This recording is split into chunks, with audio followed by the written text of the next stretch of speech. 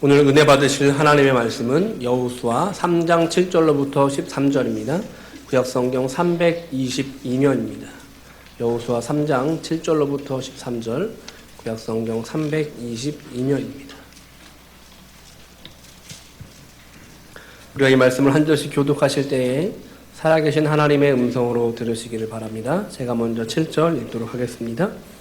여호와께서 여호수아에게 이르시되 내가 오늘부터 시작하여 너를 온 이스라엘의 목전에서 크게 하여 내가 모세와 함께 있었던 것 같이 너와 함께 있는 것을 그들에게 알게 하리라.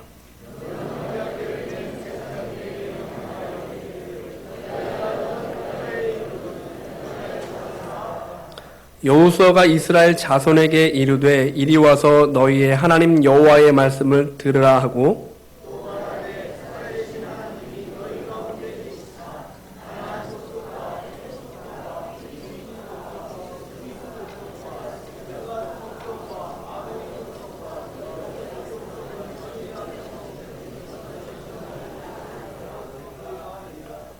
보라 온 땅의 주의 언약궤가 너희 앞에 요단을 건너가나니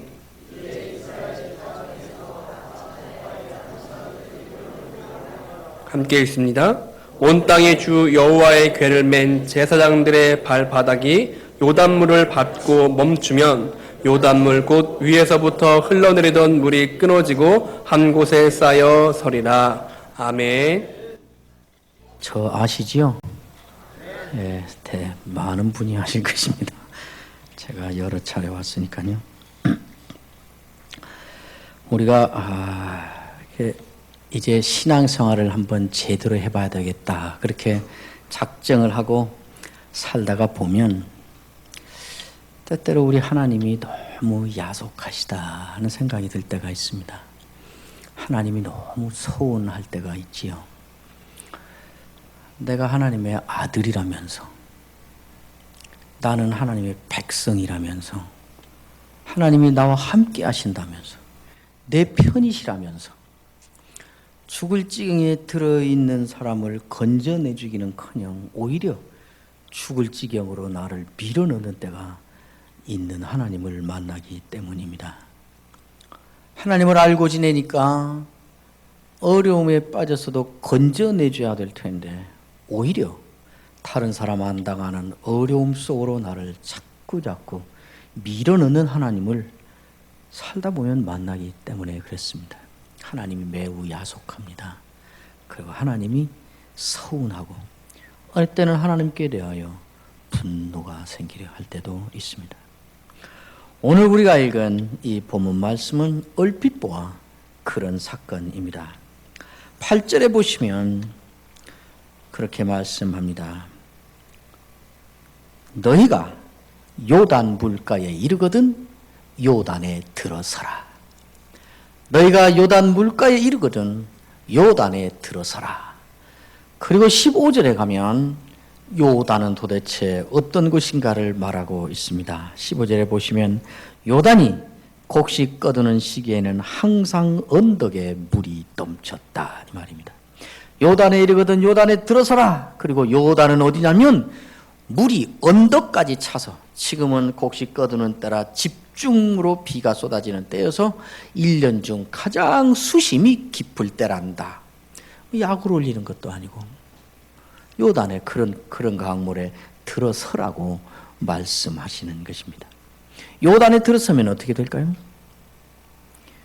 키가 넘는 1년 중 가장 수심이 깊은 강물에 걸어서 들어가면 어떻게 될까요? 몰라서 대답을 안 하시는 거예요. 너무 쉬워서 대답을 안 하시는 거예요. 아니면 묻는 제가 가짜나서 대답을 안 하시는 거예요. 아무리 쉬운 것을 물어도 절대로 대답을 안 하실 기세니까 그냥 제가 묻고 제가 대답할게요. 죽지요. 죽어요. 그런데 이스라엘 백성이 이 바다 때문에, 강 때문에 어려움에 처하는 것은 여기가 처음이 아니었습니다. 40년 전에도 이런 일이 있었습니다. 이스라엘 백성이 출애굽할 때였습니다. 이스라엘 백성은 430년 동안 애굽에서 막노동을 하며 요셉이 죽은 이후에는 노예로 전락해서 막노동을 하며 벽돌만 구우며 채찍을 맞으며 그렇게 살아왔습니다. 430년 세월이 지난 어느 날 하나님께서 모세를 불러 세우셨습니다. 발에서 신발을 벗게 하시고 불붙는 가시떨기나무 아래서 모세를 세우신 다음에 하나님께서 430년 동안 이렇게 살아온 이스라엘 백성을 어떻게 하실 것인가? 하나님은 어떤 마음을 도대체 품고 계시는가 하는 것을 역사상 최초로 공개적으로 발표하셨습니다. 그것이 출애굽기 3장 7절에서 10절까지 있는 말씀이지요. 여러분 틀림없이 또 대답 안 하는 것 보니까 성경 찾는 것도 싫어하실 것 같아서 성경을 찾지는 않을게요. 이렇게 되어 있습니다. 내가 내 백성이 애굽에서 압제자들에 의하여 억압당하는 것을 내가 보았다. 그들이 그 고통을 당하면서 토해내는 슬픔의 통곡 소리를 내가 다 들었다. 그들이 가슴에 품은 우고를, 근심과 걱정을 내가 다 알았다. 이렇게 말씀하십니다. 그게 7절이에요. 그래서 출애굽기 3장 8절에 가면 바로 이어서 그래서 내가 내려왔다. 내가 내려와서 내 백성을 애굽에서 이끌어내어 젖과 꿀이 흐르는 땅, 광대한 땅, 크고 아름다운 땅, 그 땅에 가나안 족속 여러 족속들이 살고 있는 그 땅에 내가 그들을 데리고 가서 그 땅에 이르려 하노라. 그 땅에 내가 집어넣으려 한다. 그러므로 모세야 너는 이제 가서 내 백성을 애굽에서부터 건져내라. 그렇죠. 그 땅에는 가나안 족속, 헷 족속, 아모리 족속, 브리스 족속, 히위 족속, 여부스 족속이 살고 있는데 그 지방에 내가 내 백성을 데리고 가서 집어넣으려 한다. 그랬습니다. 그리고 아시는 대로 바로의 10번에 걸친 변조를 통해서 그러나 마침내 철저한 항복을 받아서 바로가 이스라엘 백성을 나가게 했습니다. 다 아시는 이야기지요. 네. 네. 가고 있습니다. 나왔습니다. 장정이 60만, 부녀자들과 아이들 합치면 200만이 되는 수가 애굽을 벗어나왔습니다. 얼마를 가고 있는데 애굽의 바로 왕의 마음이 바뀌었습니다. 다시 잡아오려고 군대를 풀었습니다. 아마 보내놓고 곰곰 생각해 보니까 안 됐던 모양이에요. 야, 저 수가 갑자기 빠져나가면 이 노동력이 이렇게 없어져서 국가 경제가 어려워지겠다. IMF가 또 닥치면 어떡하냐. 뭐 했든지. 아니면은 야, 내가 대애굽의 바로 왕인데 꼼짝 못하고 항복해서 내보냈다고 그러면 국제 정상회의에 가서 UN 총회에 가서 회의할 때 이게 쪽팔려서 내가 어떻게 되겠냐. 외교 문제를 생각했든지 경제 문제를 생각했든지 뭐 뭘 했는지 모르지만은 마음이 바꿔져서 군대를 풀어서 다시 잡아오게 했습니다. 군대가 돼서 쫓아오고 있습니다. 이스라엘 백성이 보았습니다. 어떻게 될까요? 큰일 난 것이지요. 이제 빨리 저들이 오기 전에 빨리 도망가서 광야로 들어가면 안전해. 광야로 들어가야 되는데 광야로 들어갈 수 있습니까? 없습니까? 없습니다. 대답을 안 할 줄 알았어요. 없어요. 왜 광야로 못 들어가요? 홍해가 가로막고 있습니다. 진퇴양난이지요. 그때 모세에게 하나님의 말씀이 임합니다. 모세야, 강가에 서서. 강가에 서서란 말 없지만 그게 그 말이에요. 강가에 서서, 강에는 들어가지 말고 강가에 서서 내 지팡이를 바다를 향하여 내어 밀라. 그랬죠. 그렇죠? 지팡이를 바다를 향하여 내어 밀라. 그랬습니다. 그대로 했습니다. 그랬더니 바다가 갈라졌습니다. 그 안에 고속도로가 났습니다. 온 백성이 그걸 다 보았습니다. 얘들아, 홍해가 앞에 넘실거리는데 저기 들어가면 어떻게 되냐? 다 그랬죠. 죽지. 바보. 그것도 몰라? 그러겠지. 죽지. 그런데 지금 바다가 갈라졌냐 안 갈라졌냐? 갈라졌지. 길 났냐 안 났냐? 났지. 고속도로 났냐 안 났냐? 났지. 그러면 저기 들어가면 사냐 죽냐? 바보. 안 죽지. 길이 있는데. 그지? 맞지? 들어가도 안 죽지? 안심이지? 확실하지? 걱정 없지? 괜찮지? 건너. 거길 다 건넜습니다. 건넜어요. 그렇게 건넜어요. 그리고 나서부터 40년 세월이 지났습니다. 40년 세월. 그 말씀, 아까 한 그 말씀. 내가 다 보았다, 다 들었다, 다 알아. 그래서 내가 너희를 데리고 이제 크고 광대한 땅, 적과 꿀이는 땅, 아름다운 땅, 아까 말한 온갖 이 가나안 족속이 사는 그 땅에 내가 데리고 간다라는 말 듣고 이제 애굽을 벗어나서 광야에 들어와서 그 길 가는 것입니다. 40년 그 길을 갔습니다. 그 꿈 하나 품고 우리는 이제 그 땅에 간다. 하나님이 우리를 그 땅에 데려놓는다. 우리는 이제 그곳을 향하여 가고 있다. 이 꿈 하나 가지고, 이 비전 하나 가지고 40년 세월을 지내왔습니다.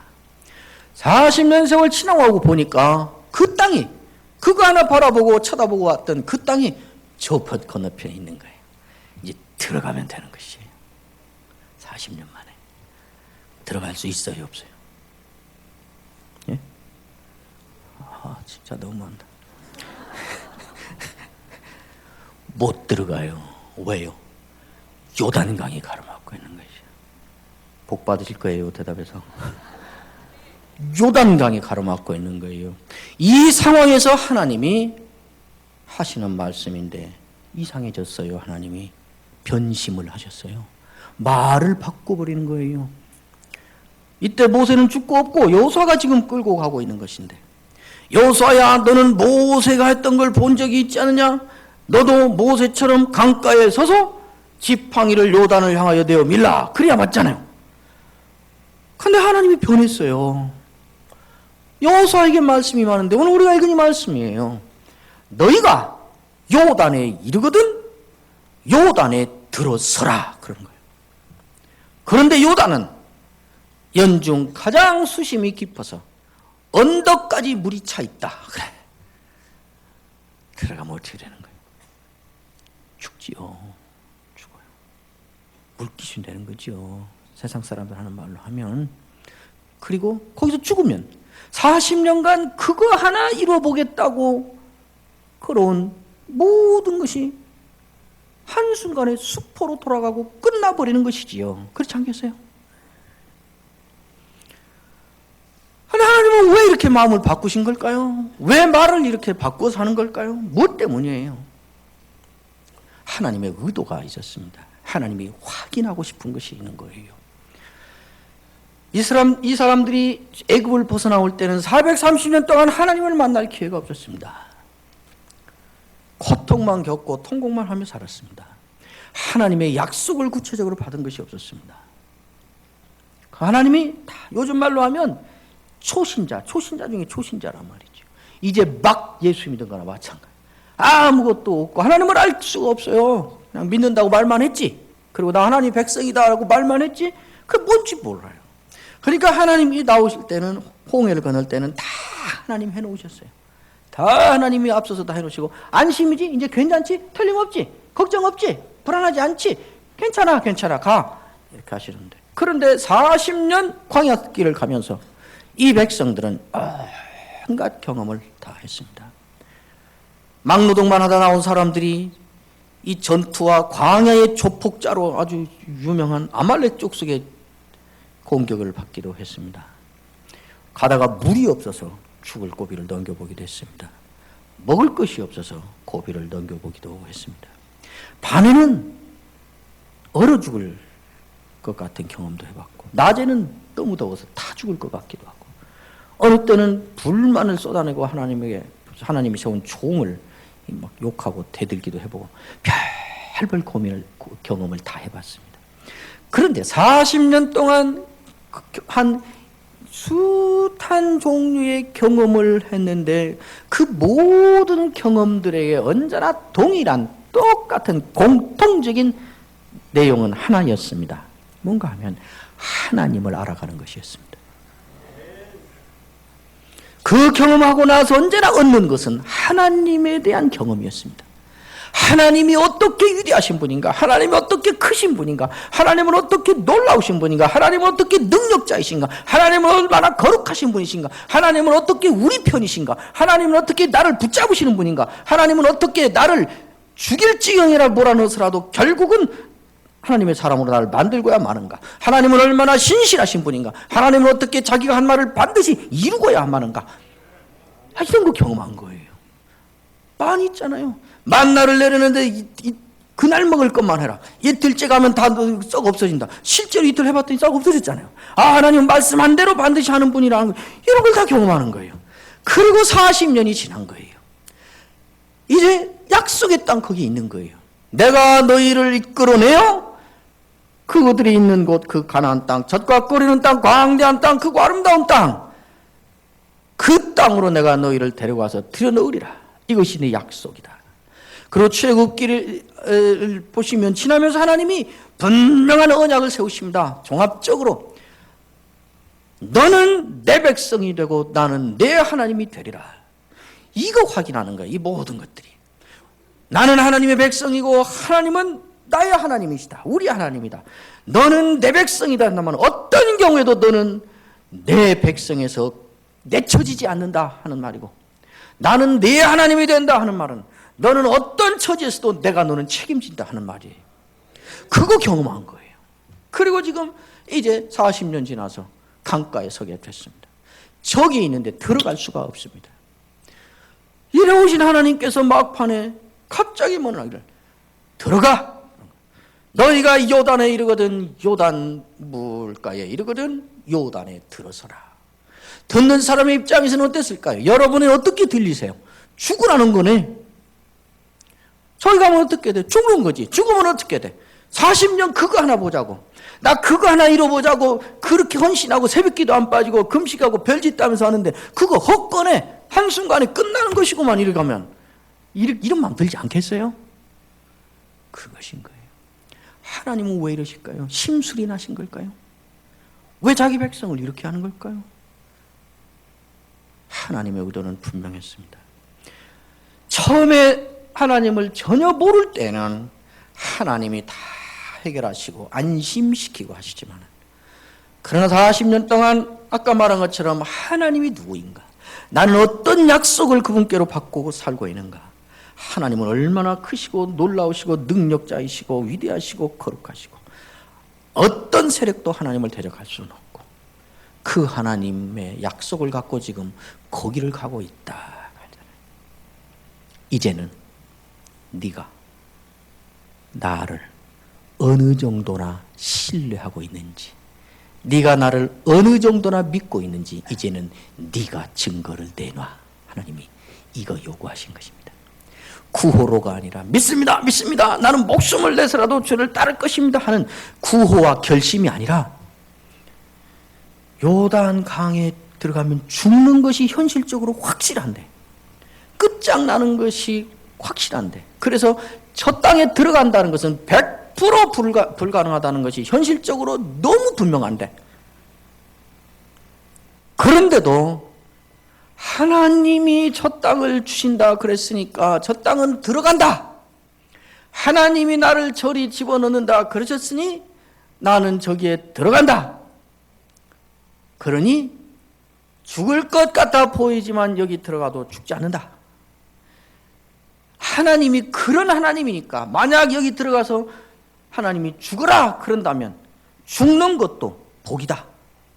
이 정도로 하나님을 신뢰하고 있는가, 하나님을 믿고 있는가 하는 것을 행동으로 보이라는 것이었습니다. 이 사람들은 요단의 죽음을 각오하고 요단 강에 들어가는 것이 나는 하나님을 이 정도로 지금 신뢰하고 있습니다 라는 증거가 되는 것이었다 이 말입니다. 얼마나 갈등이 있었겠어요. 그죠? 아마 이스라엘 백성 가운데에 두 패가 갈라져 있었을지도 모르지요. 들어가면 죽잖아. 못 들어가. 여러분, 강물이 키가 넘게 넘실거리는데 하나님 거기 들어가라 그럴 때 거기 들어가면 죽잖아. 거기 들어가면 모든 계획과 꿈은 한순간에 숲으로 돌아가고 끝장나버리지 거잖아. 이렇게 말하면 그 말하는 것이 신앙적일까요? 불신앙적일까요? 이건 진짜 대답 안 해요. 그거는 제가 알려드릴게 중요한 문제니까. 그거는요, 그 불신앙적이라고 하고 싶었죠? 틀렸어요. 그 말은 신앙적인 것도 아니고 불신앙적인 것도 아니에요. 그건 사실이에요. 사실. 우리는 그런 경우를 갖고 하나님이 요단에 들어가라 그랬는데 저 요단에 들어가면 죽잖아. 죽으면 다 끝장나잖아 라고 말하면 믿음 없구만, 불신앙적이네. 그런데 그건 불신앙하고 아무 상관없어요. 그는 정신 차린 사람의 옳은 말이에요. 그죠? 그리고 그것이 과학이고 우리의 이성이고 우리의 경험이고 상식이고 그건 창조의 질서예요. 하나님은 사람을 만드실 때 숨을 쉬어야만 살게 만드셨어요. 근데 하나님은 사람은 물속에서는 숨을 못 쉬게 만드셨어요. 그러니까 물속에 들어가면 사람은 죽어요. 이게 창조의 질서예요. 그러니까 그렇게 말하는 건 창조의 질서를 인정하는 정신 차린 사람의 말이에요. 근데 우리는 그때 말하면 믿음 없다고 막 사람을 잡아. 자기 자신에게도 막 이런 거 보니까 나는 믿음이 없어 막 자기를 학대해. 그러지 마세요. 그건 신앙과 믿음의 문제 아니에요. 사실이라니까요. 죽지 그러면 살아요? 불신앙은 뭔가 하면 그렇게 말하는 게 불신앙이 아니라 하나님이 저기 들어가라고 그랬어. 근데 저기 들어가면 죽잖아. 그러면 내 꿈도 못 이루잖아. 근데 끝장나잖아. 그러니까 나는 못 들어가. 여기부터 불신앙인 거예요. 이해가 되세요? 40일 금식 기도를 하고 났더니 배가 엄청 고파서 배고파 죽겠네. 이건 신앙적일까요? 불신앙적인 말일까요? 사실이에요. 그건 신앙적인 말도 아니고 그 거룩한 금식을 해놓고도 배고프다고 그런 말을 하면 안 되지. 금식이 무효돼야지. 아니 사실이에요. 굶어보세요. 배 안 고픈 거. 그렇잖아요. 사실이에요. 들어가요. 얼마나 갈등이 있었겠어요. 들어간다. 못 들어간다. 그래도 들어가야지. 들어가기로 작정하고 들어가는 거예요. 아마 자기와의 싸움이든지 다른 사람이 묻겠지. 거기 왜 들어가? 들어가면 죽잖아. 나도 알아. 그렇지? 거기 가서 들어가면 40년 동안 그거 하나 바라보고 살아온 신앙생활 다 헛것이잖아. 나도 알아. 근데 왜 들어가? 안 죽어. 그렇지? 어떻게 해서 안 죽어? 몰라. 우리는 피가 넘는 물속에 들어가면 죽는다는 것만 알지 안 죽는다는 것은 몰라요. 왜냐하면 우리의 지식과 경험과 과학과 이성의 상식의 한계가 거기까지 뿐이야. 거기 들어가서도 안 죽는다는 것을 논리적으로 실증적으로 증명해내는 것은 우리의 한계를 초월하는 일이어서 증명해낼 수가 없어요. 그러나 안 죽는다는 결과는 안다는 거예요. 어떻게 알아? 몰라. 근데 왜 안 죽어? 하나님이 나를 저기다가 들여놓는다고 그랬으니까. 여기서 죽고야 어떻게 저기를 들어가? 하나님이 들여놓는다 그랬으니까 들여놓는 거지. 그러니까 안 죽는 거지. 죽으면 못 들어가잖아. 그 들어가는 거예요. 이거를 가리켜 하나님을 절대적으로 신뢰하는 믿음이라고 하는 것이에요. 우리의 상식으로 볼 때, 경험으로 볼 때, 과학으로 볼 때, 이성으로 볼 때, 창조의 질서로 볼 때 이것이 100% 가능해요. 100% 가능해. 죽는 거야. 그런데 안 죽어. 하나님이 집어넣는다 그랬으니까 들어가. 여기는 못 들어가. 100%. 여기는 하나님이 집어넣는다고 했으니까 들어가. 이 두 가지는 동시에 존재할 수 있나요? 없나요? 없죠. 없죠. 이것이면 이것이 아니든지 이것이면 이것이 아니든지 그러죠. 죽어. 그는 죽는 것이 사실인데 안 죽는 것이 가능해? 어떻게 할 수가 없잖아요. 안 죽는 것이 가능한데 죽는 것이 동시에 또 가능할 수가 없잖아요. 둘 중에 하나만 가능하잖아요. 그럴 때에 현실적으로 너무 분명한 이것과 그것을 정면으로 대치하는 하나님의 약속, 하나님의 명령이 있을 때 그렇게 확실하고 100% 분명한 그것을 놓고 하나님이 말했으니까 하나님이니까 그렇게 되는 거지 하고 그쪽으로 가는 것을 믿음이라고 하는 것이에요. 하나님은 지금 그것을 보겠다는 거예요. 네가 나를 정말로 내가 나의 약속을 내가 집어넣겠다고 한 걸 내가 너와 함께 한다고 하는 것을 내가 그 땅에 이르게 하겠다고 한 나를 철저하게 믿으면 요단에 들어가라 할 때 요단에 들어감으로 너는 나를 그렇게 믿고 있다는 증거가 될 것이고 나를 못 믿는다면 죽는 것이 확실하니까 너는 못 들어갈 것이다. 뭐냐 너는 이제 나를 네가 어느 정도나 믿고 있는가 그 증거를 나한테 대라. 이렇게 요구하고 있는 것입니다. 이들은 거기를 들어갔습니다. 들어갈 때는 어땠을까요? 죽으면 죽으리라죠. 왜냐하면 저희가 뭐 죽는 거 외에는 다른 도리가 없는 거예요. 우리 세계에서는. 그런데 들어가는 거예요. 하나님이 들어놓는다 했으니까 이건 대모험이지요. 그러니까 여러분, 신앙은 안일하고 안전하고 평탄하고 안심하고 그런 게 신앙이 아니고요. 신앙의 본질은 언제나 모험인 것이에요. 현실적으로는 죽는 게 뻔한데 하나님을 너무 잘 알기니까, 하나님이 누구인가가 너무 분명해서 올라가다 떨어져 죽을지 모르지만은 하늘 끝까지 올라가 보고 싶고, 나아가다가 빠져 죽을지 모르지만은 땅 끝까지 달려나가 보고 싶은 것이 신앙이라는 거예요. 신앙은 그래서 안일함이 아니라 모험인 것이에요.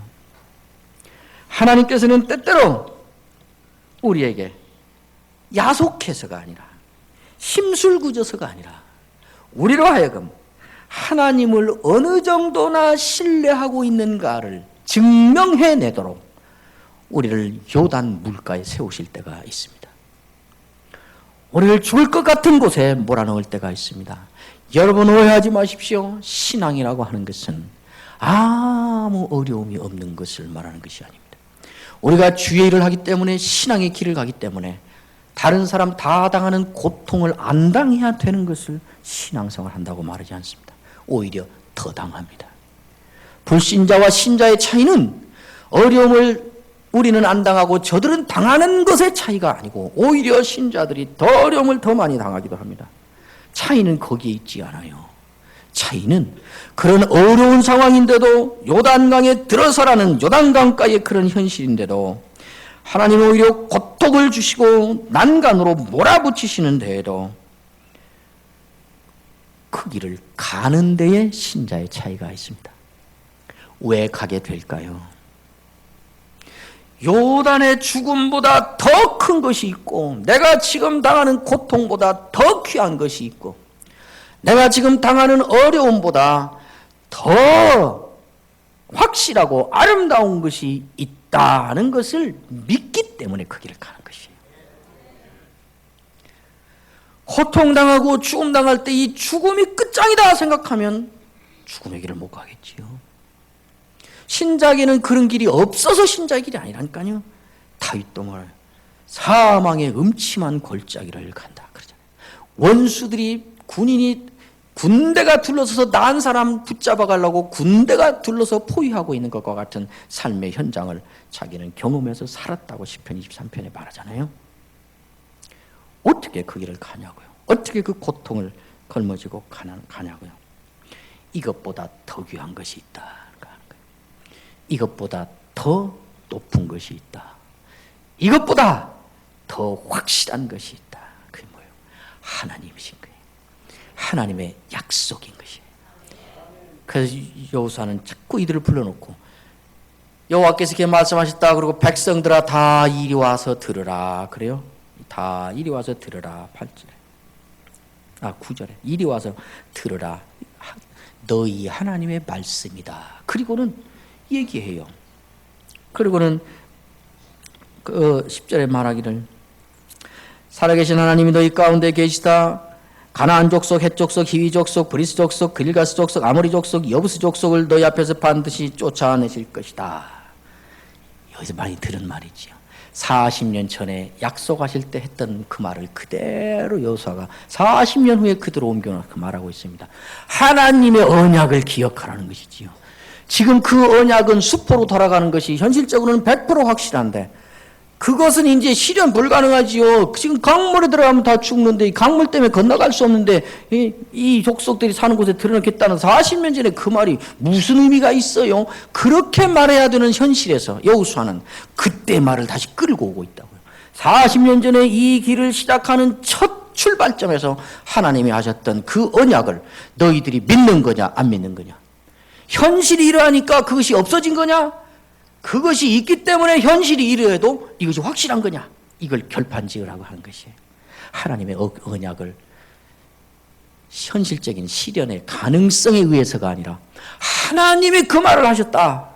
그러니까 그것은 현실이 어떻게 돼도 그것은 되고야 만다라고 믿는가, 이걸 요구하고 있는 거예요. 그리고 하나님에 대한 말씀을 자꾸 바꿔가면서 말합니다. 살아계신 하나님, 10절에도 말하고 13절에도 말하고, 살아계신 하나님, 너희 가운데 계시는 하나님, 온 땅의 주, 온 땅의 주, 온 땅의 주인 하나님이 강 하나 문제 해결하지 못한단 말이냐? 이 강의 문제를 직면하고 있는데, 그러나 이 길은 온 땅의 주인 하나님이 데리고 가는 길이라는 믿음이 있다면 들어갈 거 아니냐, 그 말이죠. 그리고 마지막에 13절에 그렇게 말합니다. 온 땅의 주 여호와의 궤를 맨 제사장들의 발바닥이 요단물을 밟고 멈추면 요단물 곧 위에서부터 흘러내리던 물이 끊어지고 한 곳에 쌓여 서리라. 현실적으로는 이 말도 안 되는 소리지요. 웃기고 있네, 헛소리하고 있네.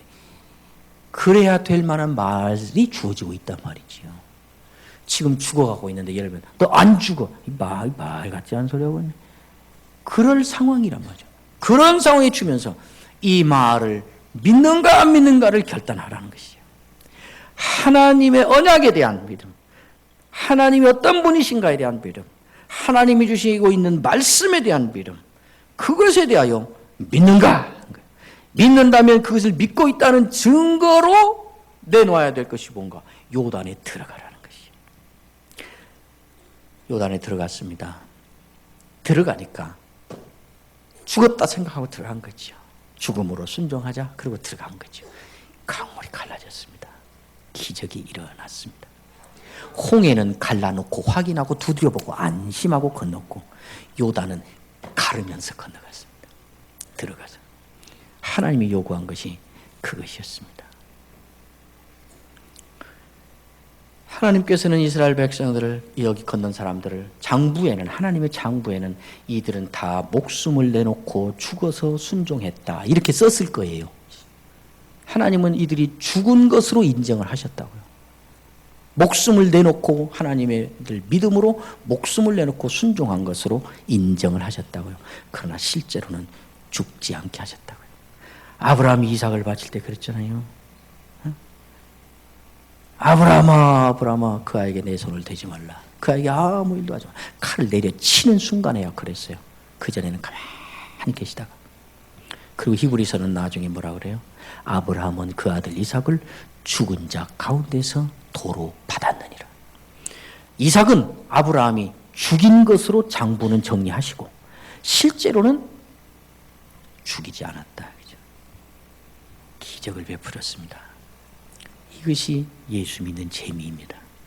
이것이 하나님을 순종하며 사는 자가 누리는, 현장에서 누리는 기가 막힌 역사입니다. 그러므로 하나님께서 우리를 때때로 어려운 상황에 밀어넣는 것은, 죽음과 같은 경지에 우리를 밀어넣는 것은, 고통을 우리 앞에 던져내는 것은 하나님이 야속해서가 아니라, 심술구져서가 아니라, 하나님이 우리를 버려버려서가 아니라, 하나님이 우리와의 관계를 끝장내버려서가 아니라, 우리를 1차적으로는 그만큼 높은 수준의 사람으로 인정해주고 있는 증거입니다. 그리고 그것은 바로 우리가 얼마나 특별한 사람들인가를 드디어 증명해낼 영광스러운 특권이기도 합니다.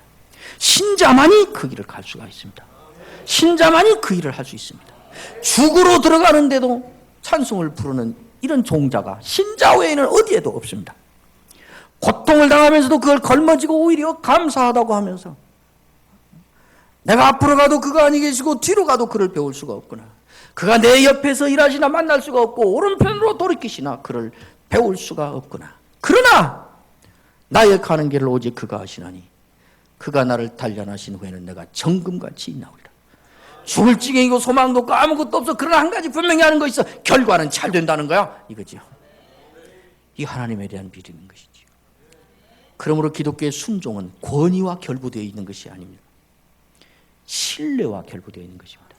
권력이 있어서 그가 무서우니까 공포심에서 나오는 감정적인 행동이 아니라, 그를 그렇게 분명히 믿으니까, 그분이니까, 그런 신뢰에서 나오는 의지적인 행위를 성경은, 기독교는 순종이라고 하는 것입니다. 하나님은 지금도 순종을 그렇게 귀하게 여기십니다. 왜 그럴까요? 우리가 순종해 줌으로 하나님이 덕 보는 거 아무것도 없습니다. 우리가 순종해서 하나님이 드디어 뭘 얻어가는 거 아닙니다. 그런데도 하나님은 왜 순종? 하나님은 우리에게 도움이 아무것도 필요 없어요. 그런데 하나님은 순종을 그렇게 기뻐하세요. 왜? 순종이 제사보다 낫고 듣는 것이 수양의 기름보다 낫다. 이 말을 오늘날 말로 바꾸면 순종이 하루에 12번 시간 정해놓고 예배드리고 찬송하고 경배하고 그것보다 작은 거 하나 순종하는 것을 하나님은 더 좋아하신다는 거예요. 듣는 것이 수양의 기름보다 낫다. 이 말을 오늘날 말로 바꾸면 하나님의 말씀 작은 거 하나 순종하는 것이 집을 여러 채 팔아서 그걸 헌금으로 바치는 것보다 훨씬 낫다. 하나님께는 그 말이에요. 왜 하나님은 순종을 이렇게 높이 사고 기뻐하실까요? 그거 해서 뭐 생겨서가 아니라 하나님은 순종하는 모습을 보고 요단에 들어가는 모습을 보고 죽는 길인데도 그냥 하나님이 들어가라니까 들어가는 모습을 보면서 너는 나를 그 정도까지 신뢰하는구나. 너는 나를 그 정도로 믿고 있구나. 이거 확인하시는 거예요. 그래서 하나님은 그렇게 좋아하시는 거예요. 여러분, 하나님이 던져놓으시는 어려운 상황들을 영광의 기회로 알고 신자 하나가 그 길을 갈 때, 교회 하나가 묵묵히 요단의 강물에 들어서는 모습을 볼 때, 신자 하나가 묵묵히 요단에 들어서는 모습을 볼 때 온 세상이 놀라 자빠지는 것입니다. 쟤들은 뭐야? 우리하고는 다르잖아. 쟤들은 왜 저러는 거야? 거기에서 하나님이 드러나는 것입니다. 그러므로 그것은 우리에게 때때로 어려움이 있고 고통이 있고 요단 강물이 있는 것은 저주가 아닙니다. 하나님이 야속하서 그런 것이 아닙니다. 우리만 누릴 수 있는 특권을 누리는 기회인 것입니다. 힘들지만은 걸머지고 그러므로 우리는 가는 것입니다. 이 복을 누리는 여러분이 되시기를 주의 이름으로 축원합니다.